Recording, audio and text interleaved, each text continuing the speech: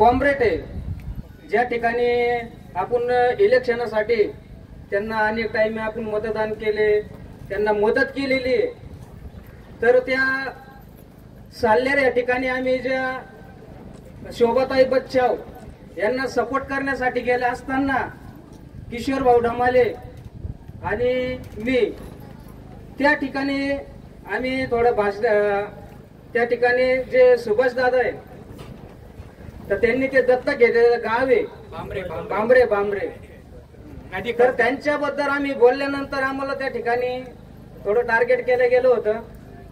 पण त्यांच्या असं लक्षात आलं का लाल बावटा म्हणजे काय, तर लाल बावट्याने त्या ठिकाणी एक आनंदाची बातमी 13 कर्मचाऱ्यांना, सरकारी 13 कर्मचाऱ्यांना त्यांच्या छातीवर पाय ठेवून त्यांना 6 वाजेपर्यंत काम करायला लावतात. हे एक आनंदाची बातमी बागलाण तालुक्यामध्ये. एवढे माझे 2 शब्द संपवतो. लाल सलाम, सत्य की जय. मोजणीचं काम चालू झालेलं आहे, जीपीएस मोजणीचं काम. हिरामन ठाकरे, कॉम्रेड संजय निकम हे सुद्धा उपस्थित आहेत. तर या 2 कार्यकर्त्यांनी बागलाण तालुक्यामध्ये जोरात मोहीम सुरू केली आणि त्या ठिकाणी आपल्याला बिडार मोर्चाच्या वेळी दिलेल्या आश्वासनांची सुरुवात, अंमलबजावणीची सुरुवात तिथं झालेली आहे आणि तिथं जमीन मोजणीला सुरुवात झालेली आहे. जीपीएस मोजणी, सरकारी वनपाल, ग्रामसेवक, तलाठी, वन हक्क समितीचे अध्यक्ष आणि सत्यशोधकचे कार्यकर्ते आणि वन हक्क दावेदार या सगळ्यांच्या उपस्थितीत आतापर्यंत 300 लोकांची मोजणी झाली आहे. उरलेल्या 700-800 लोकांची मोजणी या पुढच्या 2 महिन्यात होईल. त्याचं वेळापत्रक लागलेलं आहे. आता काय झालं, भाषण त्याला करायचं होतं पण मग मी म्हणलं 2 मिनिटं माझ्या भाषणाच्या आधी मध्येच बोल बरोबर ना. तर ते त्यांनी आता बोललेले आहेत, तर ते या ठिकाणी बसतील. सलाम भाऊ, आवाज येतोय का? तर शेतीचा शोध लावणारे याया मोगे, कंसारा माता, सिंधू संस्कृतीचा राजा बळीराजा, वर्ण व्यवस्थेच्या विरोधामध्ये लढा देणारे गौतम बुद्ध, चक्रधर, बसवेश्वर, पंढरपूरच्या वळवंटामध्ये समतेचा संदेश सांगणारे नामदेवांपासून संत तुकाराम महाराज, संत गाडगे महाराजांपर्यंतचे सर्व संत, छत्रपती शिवाजी महाराज, राजमाता जिजाऊ, अहिल्याताई होळकर, क्रांतीवीर बिरसा मुंडा, क्रांतीवीर भागोजी नाईक, क्रांतीवीर खाजेसिंग नाईक, महात्मा ज्योतिबा फुले, आई सावित्रीबाई फुले, राजर्षी शाहू महाराज, डॉक्टर बाबासाहेब आंबेडकर आणि क्रांतिसिंह नाना पाटील, कॉम्रेड अण्णाभाऊ साठे, शाहीर अमर शेख या सर्व महामानवांच्या विचारांना लाल सलाम करतो. आज या ठिकाणी 17वा संघर्ष दिन हा आपण आयोजित केलेला आहे. आज कॉम्रेड रामसिंग गावित यांच्या अध्यक्षतेखाली आपण हा संघर्ष दिन साजरा करत आहोत. 2008 सालापासून आपण सातत्याने या ठिकाणी येत आहोत. या महाराष्ट्रामध्ये आणि देशामध्ये नवीन आर्थिक धोरणाच्या नंतर, जागतिकीकरणाच्या नंतर बहुराष्ट्रीय कंपन्यांना जल, जंगल, जमीन द्यायला सुरुवात झाली.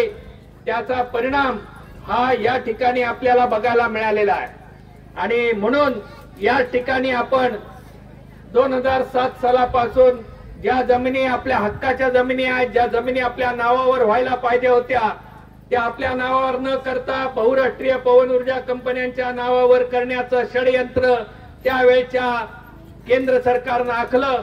त्याला प्रतिकार करण्यासाठी त्या सरकारच्या विरोधामध्ये आणि महाराष्ट्राच्या सरकारच्या विरोधामध्ये झगडा देण्यासाठी आपण या ठिकाणी उभे राहिलो. या साक्री तालुक्यामध्ये भाई N D. Patil, comrade Ramsingh Gavit, comrade Karansingh Kokani यांच्या नेतृत्वाखाली आपण एक मोठी लढाई या ठिकाणी केली. या लढाईमध्ये आपल्याला ज्यांनी मार्गदर्शन केलं ते कॉम्रेड सुभाषदादा काकुस्ते, कॉम्रेड हिलालदादा महाजन हे या ठिकाणी उपस्थित आहेत. कॉम्रेड साजूबाई गावित आज आलेल्या नाहीत, पण त्यांची आपण आज आठवण केली पाहिजे, त्या तब्येतीमुळे येऊ शकल्या नाहीत. तर ही लढाई जी आहे, ही लढाई हे जल, जंगल, जमीन आणि हवा या नैसर्गिक साधन संपत्तीवर या देशातला मूळ रहिवासी असलेल्या आदिवासीची मालकी आहे की नाही हा प्रश्न विचारण्यासाठी आपण केली. या लढाईमध्ये आपण सांगितलं की सातबारा मिळवण्याच्या रांगेमध्ये आम्ही उभे असताना आमच्या मागणं येऊन कुणी सुटातला, बुटातला, कोटातला, टायवाला माणूस जर रांगेमध्ये, लाईन मध्ये घुसून आमचा सातबारा हिसकावत असेल तर त्याचे हात कलम केल्याशिवाय आम्ही राहणार नाही. आमच्या हक्काच्या जमिनीमध्ये कुणी फॉरेस्टवाला असो किंवा कुणी पोलीसवाला असो किंवा कुणी सरकारी माणूस असो, जर आमच्या परवानगीशिवाय आमच्या जमिनीत जर त्यांनी पाय ठेवला तर त्याचं तंगड मोडल्याशिवाय राहणार नाही. हा आपला शब्द होता. आणि हा शब्द ज्या पद्धतीने आपण साक्रीच्या मोर्चामध्ये तहसील कचेरी समोर, धुळ्यातल्या कलेक्टर कचेरी समोर, नाशिकच्या महसूल आयुक्तासमोर, मुंबईच्या मंत्रालयासमोर आणि दिल्लीच्या संसदेसमोर आपण हा शब्द सांगत आलेलो आहोत, तो शब्द खरा करण्याचं काम या मोगरपाड्याच्या लोकांनी केलं, पाचमौलीच्या लोकांनी केलं, वालव्याच्या लोकांनी केलं, पांगणच्या लोकांनी केलं, साक्रीच्या लोकांनी केलं. म्हणून त्यांना लाल सलाम करण्यासाठी आपण या ठिकाणी आलेलो. लाल सलाम त्या छिपऱ्या भाऊंना, लाल सलाम जयबाई तुम्हाला, आणि लाल सलाम माझ्या बरोबर जे 18 लोकांनी ज्या केस झेलले आणि ज्यांनी रक्त सांडलं त्या 18 लोकांना आपण लाल सलाम करण्यासाठी आलेलो आहोत. त्यांनी 19 आकडा सांगतात. रक्त 18 लोकांचं सांडलंय आणि 19 लोकांवर जे कारवाई झाली त्या कारवाई 19 लोकांमध्ये माझं नाव नंतर टाकण्यात आलेलं आहे. या लढाईमध्ये आपल्या खांद्याला खांदा लावून दिवस रात्र लढलेले कॉम्रेड वंजीभाऊ गायकवाड या ठिकाणी आहेत, कॉम्रेड यशवंत माळचे या ठिकाणी आहेत. ही लढाई, हे उमाबाईंनी विचारलं की ताच का हत्ता अपाल एकोई लोक होता हदानच जोजे ना लोका लाखान जोजे की काय होईल या ठिकाणी, हे काय होईल या ठिकाणी, काय घडलेलं आहे. हे रामदास गावित हे पुढच्या पिढीतले कार्यकर्ते आहेत, यांना समजलं पाहिजे, यांनी लोकांना सांगितलं पाहिजे. हे संजय निकम आणि प्रेमानंद साने बागलांच्या लोकांना समजलं पाहिजे. हे रतन मध्ये आणि बुधाभाऊ कन्नडचे आहेत, त्यांना रावजी भाऊंनी सांगितलं पाहिजे. हे सुरेश मोरे, रतन सोनवणे, बाळू प्रकाश, सुरेश मोरे यांनी धुळ्यातल्या लोकांना सांगितलं पाहिजे. जे गावगावचे कार्यकर्ते आहेत, तालुक्यात जिल्ह्यातले कार्यकर्ते आहेत, त्यांनी आपापल्या तालुक्यात जिल्ह्यात सांगितलं पाहिजे. जमनाताईंनी नंदुरबार मध्ये सांगितलं पाहिजे, होमाबाईंनी, साजूबाईंनी आणि नवशीबाईंनी हे कामोद मध्ये असेल किंवा नवापूर मध्ये सांगितलं पाहिजे. गावोगाव हे सांगितलं पाहिजे. ही आठवण जागी ठेवली पाहिजे. याचं कारण आज या ठिकाणी हा जालमसिंग भाऊ आहे. या जालमसिंग भाऊनं 1992 साली रेंजरनी याला आणि याच्या वडिलांना, रेंजर मोरेनी पिंपळ्याच्या शिवारात मारलेलं होतं.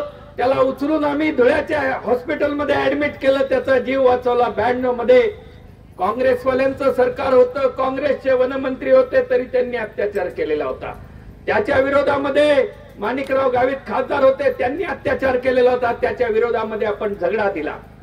आपण कुणाच्याही विरोधामध्ये लढायला घाबरत नाही.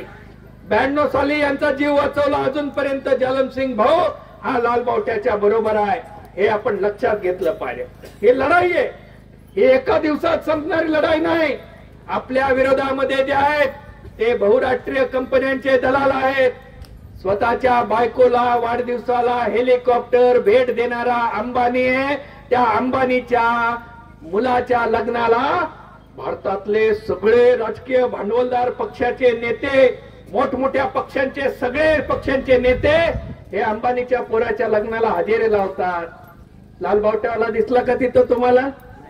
लाल बावटावाला कॉम्रेड यशवंत माळचेच्या मुलीच्या लग्नात दिसेल, अंबानीच्या लग्नात नाही. बरोबर आहे का? माळचे बरोबर आहे का? अरे आमचा माणूस आहे यशवंत माळचे, आमच्या बरोबर लढतो, उपाशी तापाशी राहून आमच्यासाठी काम करतो. तर त्याच्याबरोबर त्याच्या सुखदुःखात आपणच असलं पाहिजे ना, बरोबर आहे ना? त्याच्या सुखदुःखात राहायचं का अंबानीच्या सुखदुःखात राहायचं? लाल बावटा म्हणतो आपल्या माणसाचा, जो कष्ट करणारा आहे, जो घाम गाळणारा आहे, जो शेती करणारा आहे, जो जमीन कसणारा आहे, स्वतःच्या हिमतीवर लढणारा आहे, त्या माणसाच्या खांद्याला खांदा लावून आपण जगलं पाहिजे. हा संदेश लाल बावट्याच्या शाळेनं दिलेला आहे, तो आपण विसरता कामा नये. आणि म्हणून लढाई बांधावरची असो, लढाई रस्त्यावरची असो, लढाई कागदावरची असो, नाहीतर लढाई निवडणुकीतली असो, आपल्याला लढण्याशिवाय पर्याय नाही आणि लढण्यासाठी एकजुटीशिवाय पर्याय नाही. आपण जर विराई जाणार ना तर आपल्याला कदाच माफ होणार नाही. जी येणारी पिढी आहे ती आपल्याला माफ होणारी नाही. त्याकरता आपण एकजूट राखान जोजे, एकजूट ठेवायला पाहिजे. याचं कारण तुम्हाला सांगतो, आपल्या विरोधातली शक्ती जी आहे त्यांची भूक फार मोठी आहे. त्यांना जमीन पाहिजे, त्यांना जमिनी खालचं खनिज पाहिजे, त्यांना जमिनी खालचं पाणी पाहिजे, त्यांना जमिनी खालच्या पाण्याबरोबर समुद्रातलं पाणी पाहिजे. त्यांना एवढं करून भागत नाही. तर याच्यानंतर झाडं झुडपं संपल्यानंतर जी माती आहे ती माती त्यांना पाहिजे. मातीतनं त्यांची भूक भागत नाही. त्यांना हवा पाहिजे आणि या हवेवर, या सूर्यप्रकाशावर, सौर ऊर्जा म्हणजे काय? सूर्यप्रकाश आहे, निसर्गाचं साधन आहे, पण भांडवलदारांच्या ताब्यात आहे. हवा म्हणजे काय? निसर्गानं दिलेली गोष्ट आहे, पण ती या कंपन्यांच्या ताब्यात आहे. आज जमिनी खालचं पाणी संपत चाललेलं आहे. याचं कारण बाटलीमध्ये पाणी टाकून विकण्याचा धंदा हा बहुराष्ट्रीय कंपन्यांच्या हातामध्ये आहे. आज त्यांची भूक भागत नाही.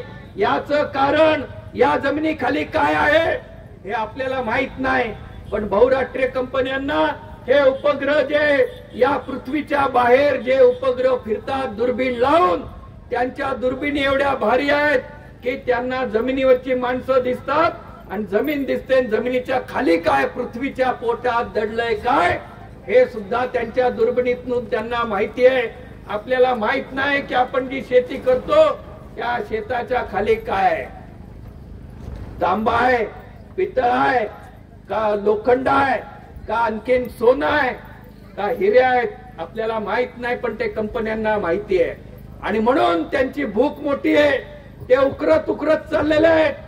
ते डोंगर उकरतायत, ते जंगल तोडतायत. एकेका रात्रीमध्ये छत्तीसगड पासून, झारखंड पासून ते पश्चिम बंगाल पर्यंत, महाराष्ट्रापासून कन्याकुमारी पर्यंत जे जे म्हणून मोठं घनदाट जंगल आहे, ते जंगल ताब्यात घेण्यासाठी अदानी आणि अंबानींनी कंबर कसलेली आहे. अदानीनं एका रात्रीत 1,500 हेक्टर जंगल तोडलं. घनदाट जंगल झारखंडचं, ते जंगल त्यांनी तोडलं. त्याला शिक्षा नाही, उलट आता कायद्यामध्ये बदल केलेला आहे. मोदी सरकारने जे नवीन कायदे आणलेले आहेत त्या कायद्यामध्ये काय बदल केलेले आहेत ते आपण लक्षात घ्या. 1980च्या कायद्यामध्ये झाड तोडलं तर आपल्याला शिक्षा होती. जर आपण जंगलामध्ये 1927च्या कायद्यानुसार जंगलामध्ये जर काडीपेटी घेऊन, जर ब्लेड घेऊन जर कुणी आदिवासी दिसला तर त्याला अटक केली जात होती. आमची बहीण हे जळण्यासाठी, चुलीमध्ये टाकण्यासाठी लाकडाची मोळी घेऊन चालले तर तिच्यावर केस केली जायची. 3-3 महिने तुरुंगात टाकण्याचा कायदा होता. 1957चा ही कायदा बघा, 1927चा ही कायदा बघा. त्या कायद्यामध्ये हे सगळे नियम आहेत. आणि मग आता मात्र सरकार म्हणतंय की जंगल तोडलं ते हरकत नाही, तुम्हाला आता जेलमध्ये जायची गरज नाही. दंड असेल, दंडासाठी पैसे असतील तर तुम्ही पैसे भरा, दंड भरा आणि तुम्ही घरी जा. आणि तुमच्याकडे दंडाला पैसे नसतील तर मात्र तुम्हाला जेलमध्ये जावं लागेल. आता तुम्हाला असं वाटेल की बरं आहे, तो दंड काय साधा आहे का? आपलं घरदार विकलं तरी दंड भरता येणार नाही, एवढा दंड त्यांनी ठेवलेला आहे. म्हणजे आपण दंड भरू शकणार नाही. आणि कंपन्यावाल्यांनी मात्र जंगल तोडायचे, पैसे फेकायचे आणि घरी जायचं. आणि आपण जंगल तोडलं नाही तरी फॉरेस्ट खात्याने खोटा गुन्हा नोंदवला, जसा सुरेश मोरेवर खोटा गुन्हा नोंदवला. काय मारलं? काळवीट मारल्याचं. धुळे तालुक्यामध्ये काळवीट मारल्याचा खोटा गुन्हा. मी म्हणलं जाऊ दे, सलमान खान नंतर तुझ्यावर आरोप आलाय, कॉलर टाईट कर. बरोबर ना, सलमान खानला अटक केलेली होती काळवीट मारल्याबद्दल. म्हणलं आता सलमान खान नंतर आम्ही काय सलमान खानला बघितलं नाही, आमचा सलमान खान म्हणजे सुरेश मोरे. बरोबर. या केस मध्ये आपल्या एनडी सूर्यवंशी वकील होते, त्यावेळेस वकील वारले. एनडी सूर्यवंशींनी कोर्टामध्ये फक्त एवढंच त्या फॉरेस्टवाल्याला विचारलं की या जंगलात किती काळविट आहेत, या जंगलात काळविट किती सालापासून आलेली आहेत, तुमच्या कोणत्या कागदामध्ये 1910 साली, 1940 साली, 1950 साली, 70 साली किती काळविट होते. जर त्यावेळी काळविट होती आणि नंतर काळविट नाहीत तर ते काळविट मेली का मारली, तुम्ही मारली का कुणी मारली? त्याला घाम फुटला. या पुरावाच नाही ना, आपला पुरावा होता ना त्या, तर आपा वकील त्यालाच होते पुरावा आहे का काळविट आहे, या पुरावा आहे का तो आपण, त्या पण तर काही नाही होतो काळविटा पुरावा. तर एकोय त्या फॉरेस्टवाला खोट्या केसेस टाकतात आणि खोट्या केसेस टाकून आपल्याला अटक करायचे आणि जंगल तोडणाऱ्या कंपन्यांच्या मॅनेजरला मात्र सोडायचं. हा धंदा हा मोदी सरकारने कायद्यामध्ये बदल करून केलेला आहे. दुसरा बदल काय केला त्यांनी? ज्या आदिवासी वन हक्क कायद्याच्या बद्दल आपण बोलतो आणि ज्याच्या अंमलबजावणीसाठी भांडतो, त्याच्यामध्ये हळूहळू कात्री लावण्याचं काम त्यांनी केलेलं आहे. त्यांनी बुलेट ट्रेनच्या निमित्तानं ठाणे जिल्ह्यातल्या आणि पालघर जिल्ह्यातल्या आदिवासींच्या जमिनी काढून घेण्यासाठी आदिवासी ग्रामसभांच्या परवानगीची गरज नाही असं सांगितलं. म्हणजे काय? आपल्याला जमीन पाहिजे म्हणून आपण ग्रामसभेचा ठराव जोडलेला आहे. ग्रामसभेचा ठराव महत्वाचा आहे. तो ग्रामसभेचा ठराव जो आहे त्याचं महत्व कमी करण्यासाठी मोदी सरकारनं नवीन कायदा केला की जे सार्वजनिक हिताचे प्रकल्प असतील, सरकारनं सांगितलं तर ते सार्वजनिक हिताचे प्रकल्प मग कंपन्यांनी जरी टाकलेले असेल तरी त्याच्यासाठी आदिवासींची जमीन काढून घेण्यासाठी ग्रामसभेची गरज नाही. म्हणजे एका बाजूला पेसा कायदा, दुसऱ्या बाजूला आदिवासी वन हक्क कायदा, हे दोन कायदे असताना सुद्धा त्या कायद्यांना कमी करून, त्या कायद्यांना डावलून मोदी सरकारनं ग्रामसभेचे अधिकार कमी करणारा कायदा हा अंमलात आणलेला आहे. याच्या नंतर दुसरी गोष्ट केले, 1927च्या कायद्यानुसार आजपर्यंत रेंजरला बंदूक वापरण्याचा अधिकार होता. दिपऱ्या भाऊ, पोलिसांच्या परवानगीनं रेंजर हा बंदुकीचा वापर करू शकत होता आणि आता त्यांनी वनपालाला सुद्धा बंदूक वापरायचा अधिकार दिला. म्हणजे गोऱ्या लोकांनी केलेला कायदा जो आहे तो कायदा जरा ठीक होता, त्याच्यापेक्षा खालच्या दर्जाचा नीचपणाचा कायदा हा मोदी शहा सरकारने केलेला आहे. म्हणजे या बंदुका वनपालाला, फॉरेस्टवाल्याला कशासाठी देणार? ते काय हवेत गोळ्या घालण्यासाठी देणार आहेत का? फक्त ते आपल्याला गोळ्या घालण्यासाठी, आदिवासींना गोळ्या घालण्यासाठी वनपालाला बंदूक देणार, हे कायद्यामध्ये आलेलं आहे. म्हणजे आपण म्हणतो आहोत की आम्हाला जमिनीचा कागद द्या, सातबारा द्या, आपल्याला सातबारा नाही, उलट आपल्याला जमिनीतून हटवण्यासाठी वनपालाला बंदूक देण्याचा अधिकार. आपण ज्या पद्धतीनं लोकसभा निवडणुकीमध्ये मोदी शहाच्या विरोधामध्ये प्रचार केला आणि काँग्रेसवाल्यांना पाठिंबा दिला, त्याचं कारण हे आहे की मोदी शहानी आणलेले जे कायदे आहेत, हे अत्यंत नीचपणाचे कायदे आहेत. ते सत्ताधाऱ्यांनी या देशातल्या कष्टकऱ्यांच्या विरोधात आणलेले कायदे आहेत. आणि म्हणून बुलेट ट्रेन, या बुलेट ट्रेन मध्ये तुम्ही आम्ही बसणार नाही.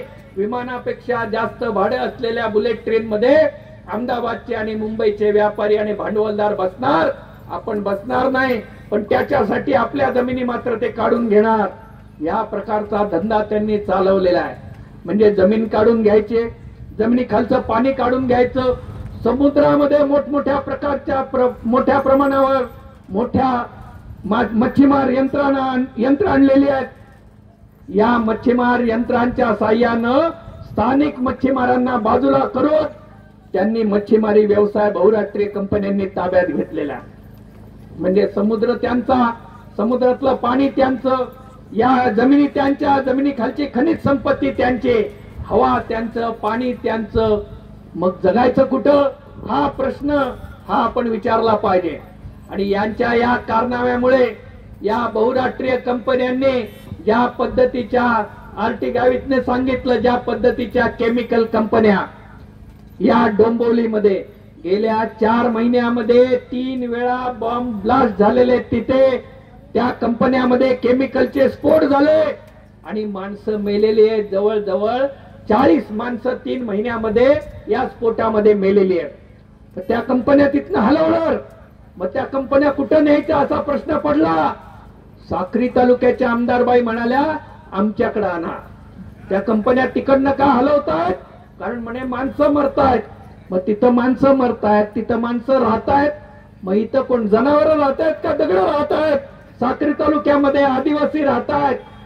पण त्याच्याबद्दल आपल्या आमदारबाईंना काही घेणं देणं नाही. या निवडणुकीमध्ये प्रत्येक गावात जा विचारा, केमिकल कंपन्यांना बोलवणाऱ्या बाईला मतदान करणार नाही हे ठणकावून सांगा. आम्हाला पत्थर निपत्थर समजणाऱ्या बाईला मतदान करणार नाही हे ठणकावून सांगा. किती पैसे वाटले तरी सुद्धा हे सांगितल्याशिवाय तुम्ही राहू नका. ही गोष्ट आपण लक्षात घेतली पाहिजे. आदिवासींच्या बद्दलचे कायदे बदलले. या कायद्यातल्या बदलांनी काय होणार आहे? आज मोदी शहाच्या 10 वर्षाच्या राजवटीमध्ये 1.5 कोटी आदिवासी आणि कष्टकरी जनता या जल आणि वायू प्रदूषणामुळे, यांच्या जंगलतोडीमुळे बेचिराग झालेली आहे, विस्थापित झालेली आहे. धरणं बांधतायत, नदीजोड प्रकल्प आणतायत. या पार नदीचं, नारपार नदी आहे नाशिक जिल्ह्यातल्या, या नदीचं पाणी हे या तापी नदीला जोडायचं, तापी नदीचं पाणी नर्मदेला जोडायचं, असा नदीजोड प्रकल्प आणणार आहेत. या नदीजोड प्रकल्पासाठी याच भागातल्या आदिवासींची जमीन जाणार, डांग मधल्या आदिवासींची जमीन जाणार, साक्री तालुक्यातल्या आदिवासींची जमीन जाणार, नवापूर तालुक्यातल्या आदिवासींची जमीन जाणार. याचं कारण तापी नर्मदा आधीच उकाई प्रकल्पामुळे नवापूर तालुका आणि त्यावेळेच्या सुरत जिल्ह्यातले आदिवासी विस्थापित झाले. अरे हा जाब विचारला पाहिजे एकदा कधीतरी. धरण आदिवासी भागामध्ये, नर्मदेचं सरदार सरोवर आदिवासी भागामध्ये, उकाईचा डॅम आदिवासी भागामध्ये, नाशिकला पाणी पुरवणाऱ्या सर्व धरणांची निर्मिती नाशिकच्या इगतपुरी आणि त्र्यंबकेश्वरच्या आदिवासी भागामध्ये, मुंबईला पाणी पुरवणाऱ्या सर्व धरणांचं पाणी हे आदिवासी भागातनं, पालघर जिल्ह्यातनं येतं. पाणी आदिवासी भागातनं, आणि पाणी पुरवठा मात्र मोठमोठ्या कंपन्यांना आणि भांडवलदारांना आणि शहरांना. नदी आणि धरण आदिवासी भागात, पण आदिवासी उपाशी आणि भांडवलदार तुपाशी असा धंदा या भांडवलदार कंपन्यांनी आणि त्यांच्या दलाल असलेल्या या राज्यकर्त्यांनी केलेला आहे. आणि राज्यकर्त्यांनी आणखीन काय गोष्ट केली भांडवलदारांच्या फायद्यासाठी? आपण राज्यकर्त्यांच्या विरोधात बोलतो, आपण बोलतो म्हणून आपल्या कार्यकर्त्यांवर केसेस टाकल्या. या वंजे भाऊ असतील, यशवंत माचे, मेरुलाल पवार, या सगळ्यां, गोरख कुवर, आमच्या सगळ्यांवर केसेस. माझ्यावर 23 केसेस केल्या आणि 5 जिल्ह्यातून हद्दपारी केली. पण आता त्यापेक्षा भयानक गोष्टी ते करतायत. यूएपीएचा कायदा त्यांनी आणला. जो सरकारच्या विरोधात बोलेल त्याला आतमध्ये, जेलमध्ये, विचारवंतांना जेलमध्ये टाकलं, प्राध्यापकांना जेलमध्ये टाकलं, अनेक लेखकांना जेलमध्ये टाकलं. आणि आता ते नवीन त्यांनी भागत नाही त्यांचं, त्याच्यामुळे त्याच्या पुढचा कायदा त्यांनी आणलेला आहे. आणि तो महाराष्ट्रामध्ये पहिल्यांदा आणलेला आहे. आणि तो माग कधी नाही, परवाच्या दिवशी हे विधानसभेचं आमदारांचं अधिवेशन मुंबईमध्ये चालू असताना विशेष जनसुरक्षा कायदा, हा नवीन कायदा त्यांनी आणला. नाव जनसुरक्षा, पण सुरक्षा कुणाची? भांडवलदारांची. नाव जनतेचं पण गाव भांडवलदारांचं, अशा पद्धतीचा धंदा आहे. या कायद्यामध्ये सरकारच्या विरोधामध्ये बोलाल, सरकारच्या धोरणांची चिकित्सा कराल, सरकारची धोरणं कशी चुकीची आहेत असं जनतेला समजावून सांगाल तर त्याला चिथावणी समजलं जाईल. आणि जनतेच्या बाजूने बोलणाऱ्यांना, जनतेच्या बाजूने भूमिका मांडणाऱ्यांना विशेष जनसुरक्षा कायद्यानुसार आतमध्ये टाकलं जाईल. म्हणजे कार्यकर्ते जे आहेत, जे लोकशाही मार्गाने लढतायत, जे संविधानाच्या मार्गाने जल, जंगल, जमीन, रोजगार, संस्कृतीवरचा अधिकार सांगतायत, यांना आतमध्ये टाकण्याचा नवा कायदा हा महाराष्ट्र सरकारनं याच महिन्यामध्ये 11 तारखेला पारित केलेला आहे, 11 तारखेला मंजूर केलेला आहे. म्हणजे याच्या पुढच्या काळामध्ये जर तुम्ही येत्या विधानसभेमध्ये हे सरकार निवडून दिलं तर डिसेंबरच्या नंतर कार्यकर्त्यांची वाट बघायची नाही. याचं कारण कार्यकर्ते घरी पण असणार नाहीत. कार्यकर्ते तुम्हाला दहिवेल, विसरवाडी, नवापूरच्या, नंदुरबारच्या ऑफिसमध्ये पण भेटणार नाहीत. कारण कार्यकर्त्यांना जेलमध्ये टाकण्याचा कायदा झालेला आहे.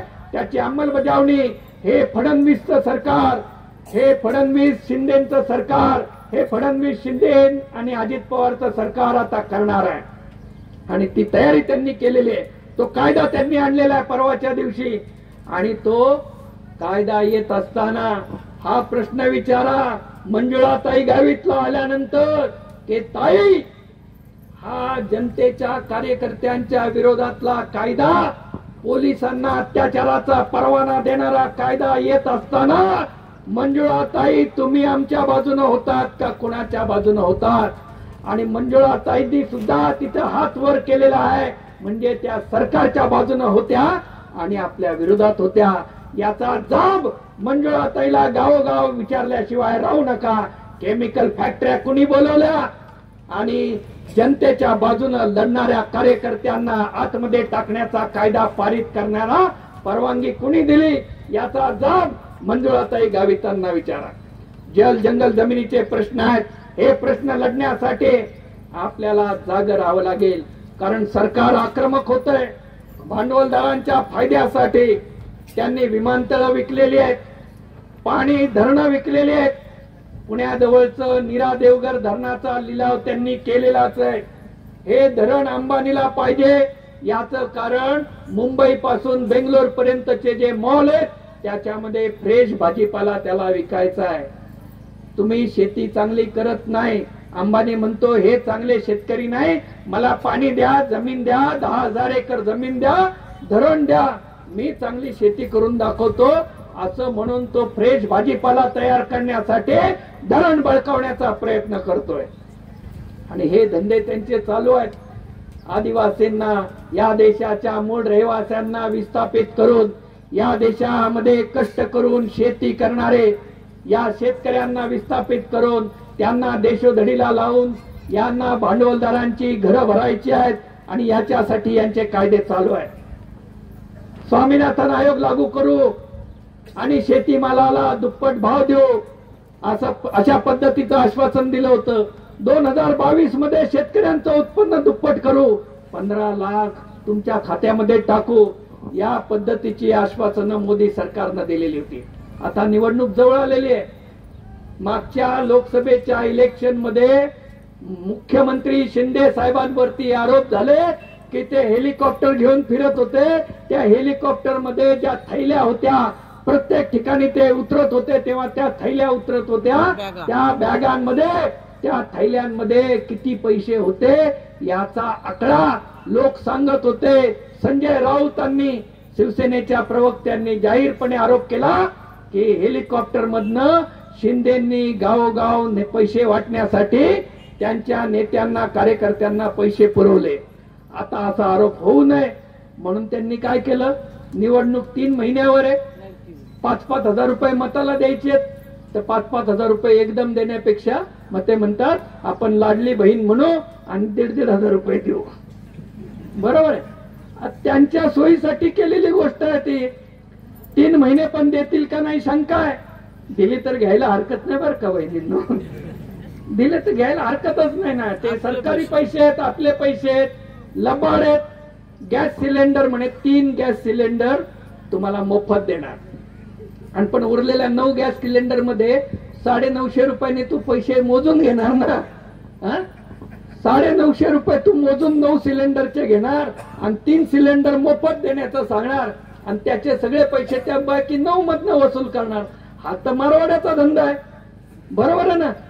हे सरकार जे आहे ते याच पद्धतीनं धंदेवाईक बनलेलं आहे. ते म्हणतात काय, ते आपल्याकडे असतात ना, एका कंगव्यावर एक कंगवा फ्री, म्हणजे पण ते एक कंगव्याचे पैसे तू दुसऱ्या कंगव्यात वसूल करतोच ना. कंगव्यावर एकावर एक फ्री, एकावर एक फ्री, एका साडीवर एक साडी फ्री म्हणतात ना. तसं हे सिलेंडर 3 सिलेंडर मोफत, पण प्रत्यक्ष 9 सिलेंडरचे पैसे जे आहेत 950 रुपये, 450 रुपयाला सिलेंडर मिळत होता 5 वर्षापूर्वी, तो 1250 केला. आता कमी केला म्हणून सांगत 200 रुपयांनी कमी केला म्हणून 950 1000 पर्यंत सिलेंडर देणार आहेत. पण 950 1000चा सिलेंडर आपल्याला परवडणार आहे का? म्हणजे एका बाजूला जळण्यासाठी लाकूड तोडलं तर जेलमध्ये जायचं, आणि जर आपल्याला जळण्यासाठी गॅस पुरला नाही तर उपाशी राहायचं. मग मी असं म्हणतो की जेलमध्ये जेवायला देतात तोपर्यंत तिथं जाऊन जेवलेलंच बरं. बरोबर आहे ना. आता गॅस पेटला नाही, गॅस पेटवायला पैसे नाहीत, आणि गॅस पेटला नाही म्हणून आपण उपाशी राहणार. आणि जर उपाशी राहणार तर घरी उपाशी राहण्यापेक्षा जेलमध्ये या ना. मी मागच तुम्हाला सांगितलं ना, आपण जेव्हा नाशिक, औरंगाबाद आणि धुळ्याच्या जेलमध्ये होतो, जेल फुल झालं. 15व्या दिवशी आपल्याला सोडायला गाड्या आल्या, तर बाहेर पडताना मला एक आपला कार्यकर्ता म्हणतो, मी नाव नाही सांगत त्याचं, तो म्हणतो, भाऊ अजून नाही येऊ शकता का ही आपा? म्हणलं नाही आपा फुल व्हायला, आम्ही तिकीट कम्प्लीट व्हायला 15 दिवस व्हायला आम्ही जाईनो आहे. नाही ही खेळ हरवतो, घर ढोली खेळ तकलीफ दे रे, ही हरो आहे. म्हणजे घरी बायको त्रास देते, त्यापेक्षा हे बरं आहे आरामच्या साथ. तर माझं म्हणणं असं आहे की हे आपल्याला हे जीवन हे आपल्या समोर शिंदे, फडणवीस आणि अजित पवार सरकारने आणलेलं आहे. ते आश्वासनं देतील, ते लोकशाहीचे हत्यारे आहेत. त्यांनी पक्ष फोडलेले आहेत, त्यांनी विरोधी पक्ष नामशेष केलेले आहेत, आणि पैसा फेको तमाशा देखो अशा पद्धतीचं राजकारण हे त्यांनी या ठिकाणी आणलेलं आहे. आणि म्हणून याच्या पुढे लोकशाही जिवंत ठेवायची असेल, आपल्याला जर या पुढच्या काळामध्ये आपले हक्क जे आहेत ते हक्क अबाधित ठेवायचे असतील तर आपल्याला लढलं पाहिजे, आपल्याला जागृत राहिलं पाहिजे. हे लढाई जी आहे, हे लढाई हे दीर्घकाळ चालणारी आहे, आणि ती एकजुटीनं लढली पाहिजे. जातीच्या धर्माच्या नावावर फूट पाडण्याचं कारस्थान केलं जाईल. काल साक्रीमध्ये या ठिकाणी हिंदू मुस्लिम दंगल पेटवण्याचा प्रयत्न झालेला आहे, धुळ्यामध्ये पण तो झालेला आहे. महाराष्ट्रामध्ये निवडणुकीच्या आधी हिंदू मुस्लिम ख्रिश्चन विरुद्ध हिंदू अशा पद्धतीच्या दंगले या पेटवण्याचा प्रयत्न करतील. त्या दंगलींमध्ये आपण बळी पडायचं नाही, त्या दंगलींना आपण बळी पडायचं नाही, त्यांना पाठिंबा द्यायचा नाही. तर उलट दंगल थांबवण्यासाठी आणि दंगल होऊ नये याच्यासाठी आपल्याला प्रयत्न करावे लागेल. सर्वजण आपण एकत्र राहिलं पाहिजे.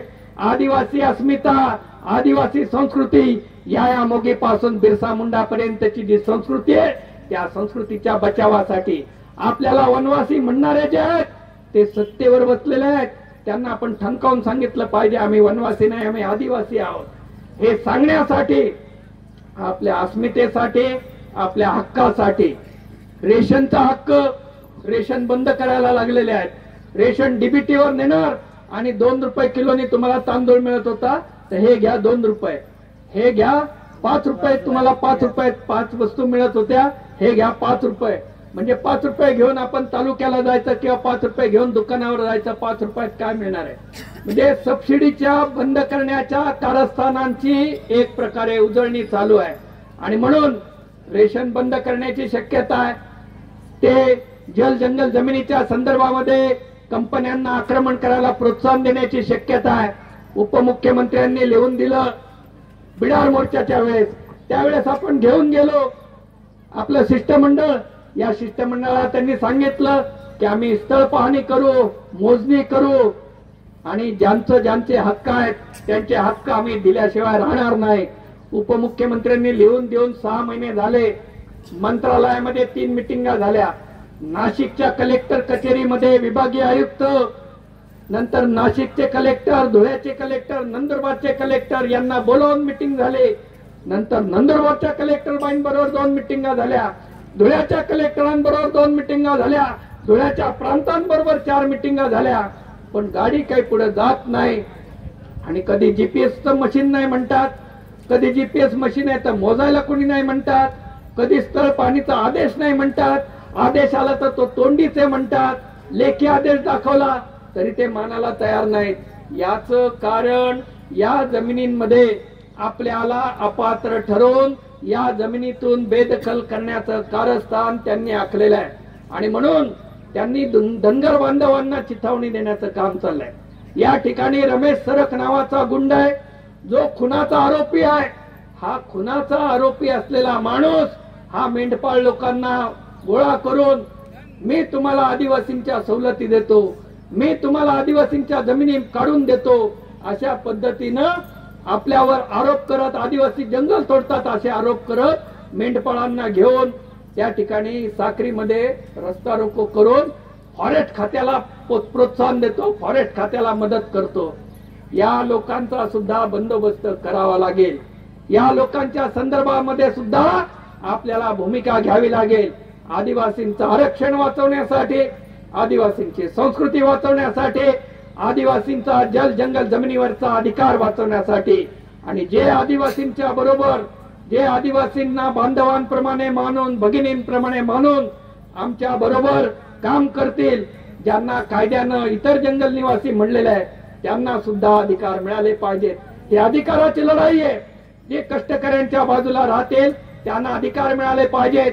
आणि जे फॉरेस्टवाल्यांचे दलाल, कंपन्यांची कुत्री म्हणून काम करतील त्या दलाल कुत्र्यांच्या विरोधामध्ये लढाई करावी लागेल आपल्याला. आणि ही आरपारची लढाई करण्यासाठी आपल्याला संघटित व्हावं लागेल. या लढाईच्या मध्ये एक टप्पा आहे. परवाच्या दिवशी दिलीप गावित, आरटी गावित आणि आम्ही दिल्लीला संयुक्त किसान मोर्चाच्या बैठकीला गेलो. त्या संयुक्त किसान मोर्चाने आपल्याला आदेश दिलेला आहे की या 16, 17, 18 तारखेला शिष्टमंडळांनी जाऊन खासदारांना निवेदन द्या आणि आपापल्या भागातल्या प्रश्नांबरोबर दुधासह सर्व शेतीमालाला रास्त भाव मिळाला पाहिजे, एमएसपी गॅरंटी कायदा झाला पाहिजे, कर्जमुक्ती झाली पाहिजे, नवीन कर्ज मिळालं पाहिजे आणि आदिवासींची शेती आदिवासींच्या नावावर झाली पाहिजे. याच्यासाठी निवेदन द्यायचंय. या 16, 17, 18 तारखेला खासदारांना निवेदन द्यायचंय. आणि त्याच्यानंतर 7 ऑगस्ट पासून आदिवासी दिनाच्या आदल्या दिवसापासून आपल्याला महाराष्ट्रभरच नाही तर देशभर रस्ता रोको करायचे, जेल भरो करायचे. जेल भरो म्हणल्यावर घाबरले का? मी आधीच सांगितलंय की इथं उपाशी बसण्यापेक्षा आराम आहे तिकडे. मी तर तुम्हाला सांगतो, मला तर 15 दिवस आयुष्यात मिळाला नाही. माझी बायको पण बरोबर म्हणजे तिचा पाठिंबा आहे, तिने तकलीफ दिली म्हणून मी काही नव्हतो. तर आम्ही प्रतिमान आम्ही तर लढाया करणार, ती पण लढाया करण्यामध्ये शालेय जीवनापासून पुढाकारावर आहे. तर लढाई करणं, जेलमध्ये जाणं. आणि करण सिंग भाऊ घोषणा द्यायचे नाही पुढे, करण सिंग भाऊ 1 पाव रेल में 1 पाव जेल में, तर ही घोषणा आहे. तर आपल्याला जेल भरो आंदोलनाला तयार राहावं लागेल. संयुक्त किसान मोर्चा 7, 8, 9 याच्यापैकी 1 तारीख ऑगस्ट महिन्यातले देईल. तोपर्यंत आपण आपली शेतीची कामं जी आहेत, पेरणी राहिली असेल, बाजरीची पेरणी राहिली असेल, पेरणी करून घ्या. कोळपणी चालू झाली असेल, कोळपणी पूर्ण करा. आणखीन काही इतर कामं राहिली असतील तर ती पण पूर्ण करा. आणि ऑगस्ट महिन्याच्या पहिल्या आठवड्यामध्ये तयार राहा. कारण ऑगस्टच्या पहिल्या आठवड्यात पुन्हा राष्ट्रीय किसान महासभेची माणसा पंजाब या ठिकाणी बैठक आहे. देशभरातले कार्यकर्ते त्याही ठिकाणी जमणार आहेत.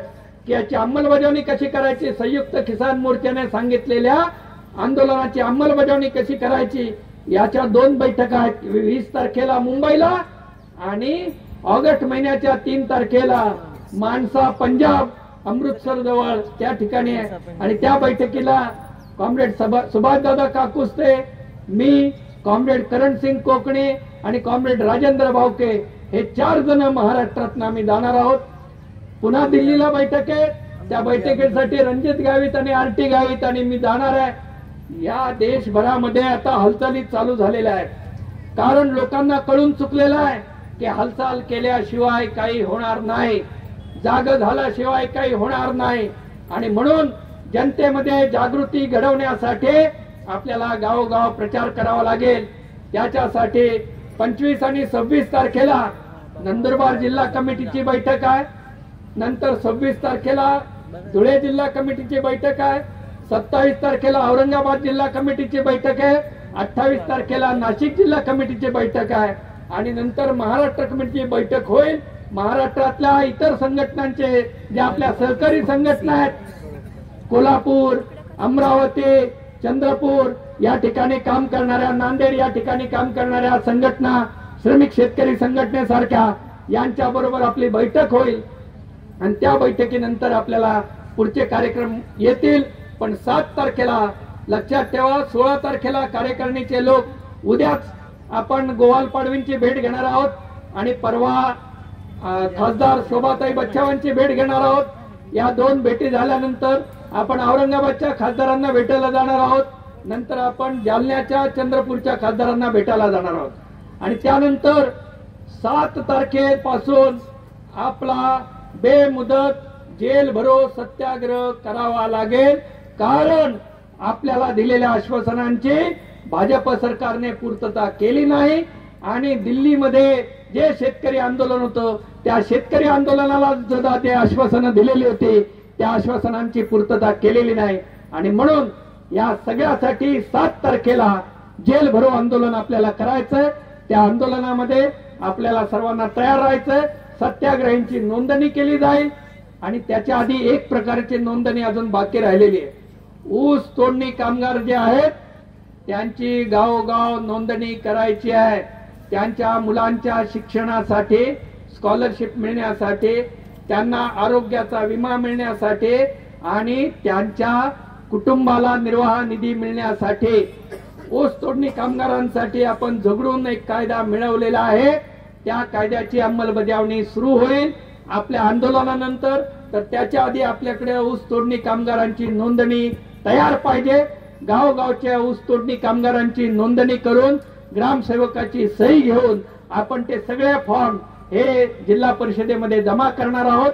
तर ती पण तयारी आपल्याला 25 तारखेपासून 7 तारखेपर्यंत करायची आहे. त्यामुळे शक्यतो 25 तारखेपर्यंत जेवढी होतील तेवढी कामं उरकून घ्या. तोपर्यंत आम्ही ह्या पंजाबची, दिल्लीची आणि मुंबईच्या बैठका करून आम्ही येतो आणि त्याच्यानंतर आपण जेलमध्येच भेटू. बरोबर आहे, मध्ये कुठं भेटायचं कारणच नाही. आम्ही आलो की डायरेक्ट जेलमध्येच जायचं. आणि जेलमध्ये आपण बेमुदत सत्याग्रह करणार आहोत. तर या सत्याग्रहासाठी आपण सगळ्यांनी तयार राहायचंय.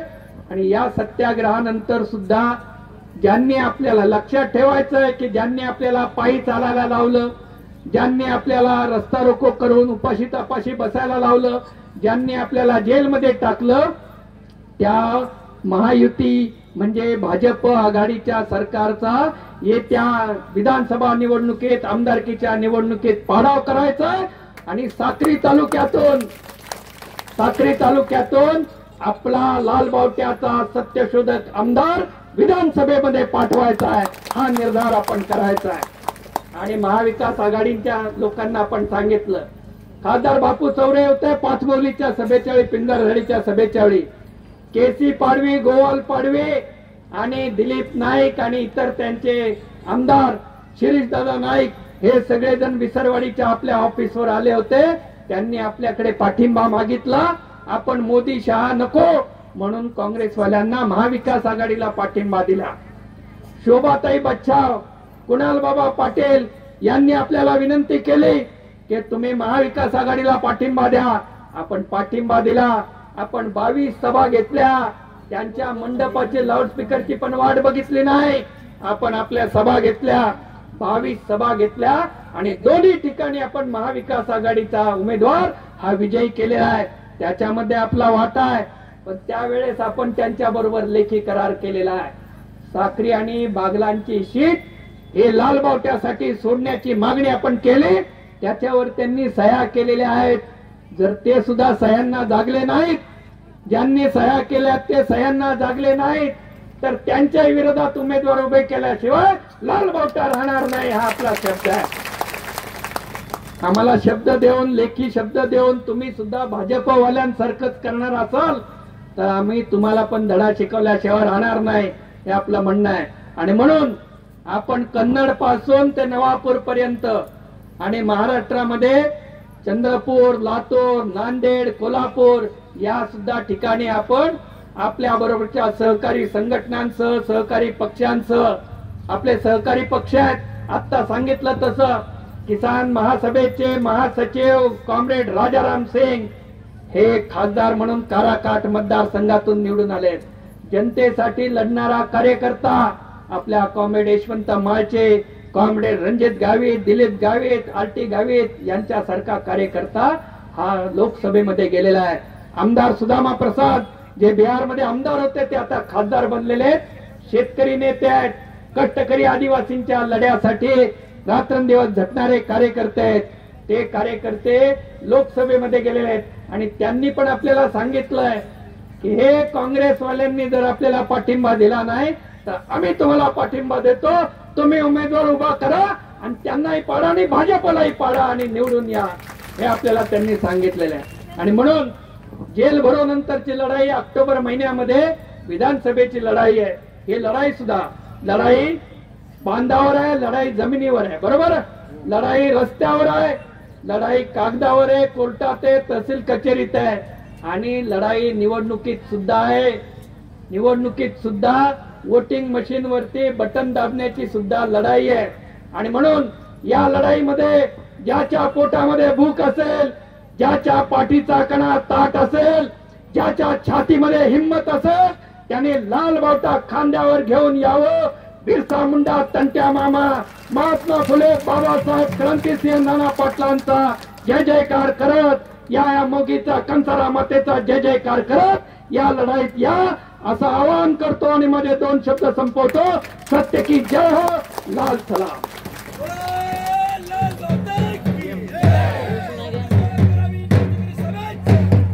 सत्याचा अखंड म्हणायचा एक, आणि सत्याचा अखंड म्हणल्यावर ढोल वाजवा.